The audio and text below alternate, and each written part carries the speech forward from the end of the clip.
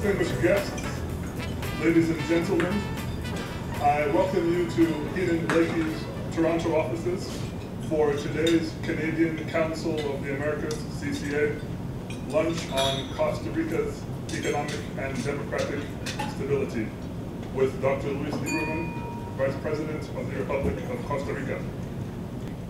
Our event sponsor, Costa Rica Estates, and in particular I'd like to acknowledge Mr. Adam Sachs of Costa Rica Estates, who's with us today. Good afternoon, ladies and gentlemen. What Kevin Clark didn't tell you that when they bought the bank, I was part of the fixed assets, so I went with them. And I was very honored to work for Scotiabank for 3 years. Actually, this is the first time I come this time of the year at Toronto, and it seems like winter was never here. It's beautiful. It really is an honor for me to be here in Toronto, to have the opportunity to spend some time with you, distinguished guests. Today, I would like to share with you some facts and thoughts about my country, Costa Rica, to provide you with a brief overview of the key elements that have allowed us to stand out of many countries around the world, and to talk to you about the initiatives and progress achieved both in education and innovation, and how our accomplishments in these two areas have turned Costa Rica into the best place to invest in our region.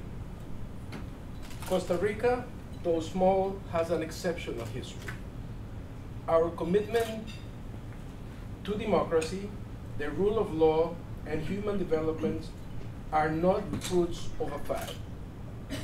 They are the consequence of explicit choices made throughout our life as a nation. No one forced us to declare and legislate that primary education should be free and universal in 1869, before all of Latin America, before England, before many states in the United States, and some provinces in Canada. No one forced us either to create, in 1940, a public health care and social security system underpinned by values of solidarity, a system that explains why Costa Rica now has almost the same life expectancy as Canada. And no one forced us either, in 1948, that we wanted to be the first country in the world without an army, that we refused to squander our scarce resources on fighting imaginary wars, that we were unwilling to invest on military gear when we could invest it in building schools for our kids. No one forced us to take on the task of protecting our prodigious biodiversity we inherited, undertaking a nearly 40-year-long effort that today places almost a fourth of our territory under some form of environmental protection regime. No one forced us to devote well over a century to nurturing the institutions that currently make Costa Rica's democracy the most stable in the developing world. We are, ladies and gentlemen, children of history. Today's Costa Ricans, and we take pride on our heritage. Complex trials lie ahead, many pending tasks over which we have reasons to be concerned, but it would be a mistake to forget something about Costa Rica. We got the fundamentals of sustainable human development right, and we got them right before anybody else in Latin America. Nonetheless, whether our overall talents, prior achievements, or initial conditions may have been, enduring success is untenable if one refuses to accept the world's changes. Only those willing enough to embrace change fearlessly are able to make a mark on it.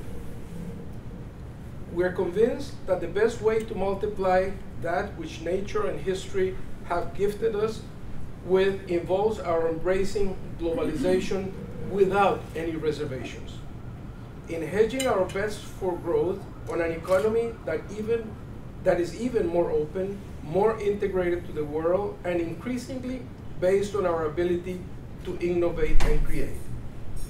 That is the best way to honor our past and to ensure that Costa Rica remains a democratic, prosperous, just, and secure society at peace with its environment. With that in mind, we have escalated our efforts to forge extensive links between Costa Rica and the world economy. Costa Rica has been an active participant in the multilateral trading system.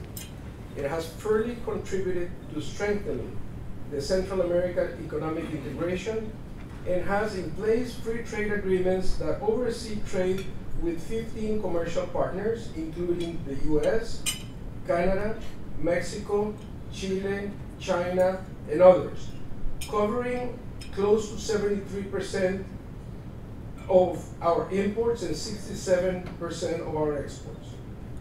Once the agreements that are now pending legislative approval, namely those with Peru, Singapore, and the CARICOM, and the European Union, are approved, Costa Rica preferential trading partner will increase to a total of 52, covering close to 83% of our current trade.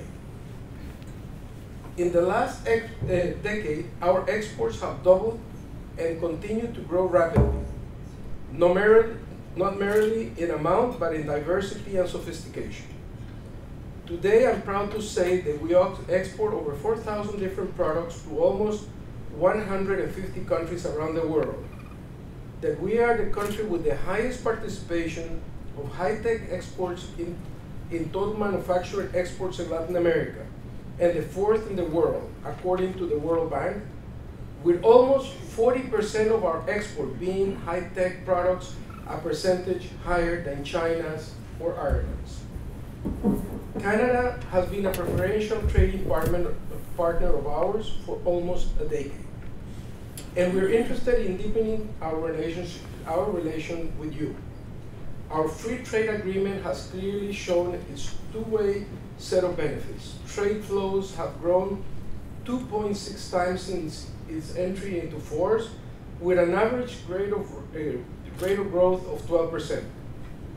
Last year alone, trade during the first 3 quarters grew 21% compared to the same period of 2010. With these figures in mind, authorities from both countries met last year and agreed to launch a modernization process of our free trade agreement. From our standpoint, this process aims at upgrading rules and disciplines to properly respond to the current production reality, ensuring preferential access to the Canadian market for Costa Rican goods produced on the free trade zones, improving access for textile products, and including new chapters on technical barriers to trade, government procurement, services and investment, areas which 10 years ago were not regularly part of free trade agreements. We recently concluded the second round of negotiations in Costa Rica with very positive results, and we look forward to conclude this effort in the fall. In difficult economic times for the world economy, we are convinced that our focus should be on reducing barriers and promoting trade, and promoting also investment flows. Having a modern FTA between Costa Rica and Canada in place will allow us to continue providing a secure and predictable investment and trading climate, and will bring better opportunities to our producers, exporters, investors, and consumers. Foreign direct investment has been a cornerstone of Costa Rica's development and will continue playing a key role on our future growth. Our country has become a major manufacturing and services hub, providing investors with the ideal export platform to access the world's most important markets. Today, we manufacture, provide, and export from Costa Rica a great variety of high-tech products as well as services. In the electronics industry, from electronic components to radio frequency products for the wireless telecommunications, aerospace, and medical industries. In the medical devices industry, from stents and electronic infusion pumps to tissue heart valves. In the services industry, from customer service centers in up to 8 different languages to aeronautical software verification processes that ensure secure navigation and landing system for the planes in which you and I travel. We have given high priority to education and innovation initiatives so as to continue building on Costa Rica's legacy and strengthening our value proposition. Clearly, we're currently investing 7% of our GDP in education, the same as Canada. Last year, we led through Congress a constitutional amendment to guarantee an increase in the budget for education to 8% of GDP by 2015. Permanent investment in the education of our people will continue to place Costa Rica in the top tier of Latin America. Furthermore, our plan to universalize preschool and high school education and substantially increase the number of educational institutions is clearly underway. We rank first among 139 countries in primary education enrollment, and we have plans in place to increase high school enrollment and aggressively address dropout rates. We're also doubling the number of technical high schools in the country. By 2014, Costa Rica will have 90 more technical high schools offering a variety of specializations to tailor the needs of companies in the high-tech sector. We're focusing to ensure that all Costa Ricans can speak to the world by providing English education training to our population. We are on the way to reaching the goal by 2017, 100% of our high school student population will be fully bilingual. In the field of innovation, according to the Global Competitiveness Report, Costa Rica ranks as #1 in innovation in Latin America, and many multinational companies can testify to that. To strengthen our efforts in education and technology, last year, our government announced a digital social agenda for Costa Rica. The agenda includes a national broadband plan to build a network for high-speed internet access. It also includes investment in nationwide social projects to bridge digital divides, a national wireless access layer, deploying digital community centers, and providing laptops for school children in less developed regions. We also launched a national science, technology, and innovation plan whereby we're committing to invest 1% of our GDP in research and development by 2015. Our government is investing in master's and PhD programs to double the number of graduates in 5 years, as well as double the percentage of students enrolled in scientific and technological careers in the same period. We're also exploring additional initiatives and incentives to foster more multinational companies engaging in research and development in Costa Rica, and we have a strong basis from which to build in this area. These plans show that Costa Rica is clearly aware that progress is linked to the promotion of innovation, science, and technology, education, and innovation. The combination of these elements has allowed us to become the ideal destination for investment projects in Latin America.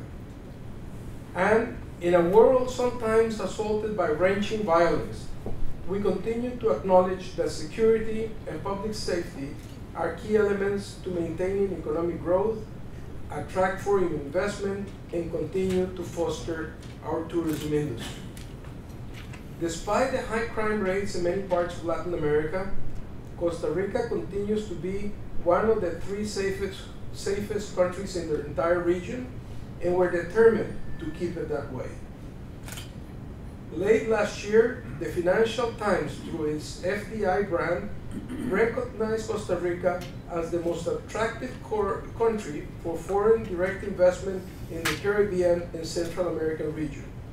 San Jose, our capital, was also recognized as the 5th Latin American city of the future where to conduct business. We're interested in hosting you in Costa Rica. We would like you to consider our country as part of your present and future business plans. I guarantee you that Costa Rica has a lot to offer. I personally invite you to explore the opportunities available, and I'm confident that when you do, you will also become one of our success stories. Thank you.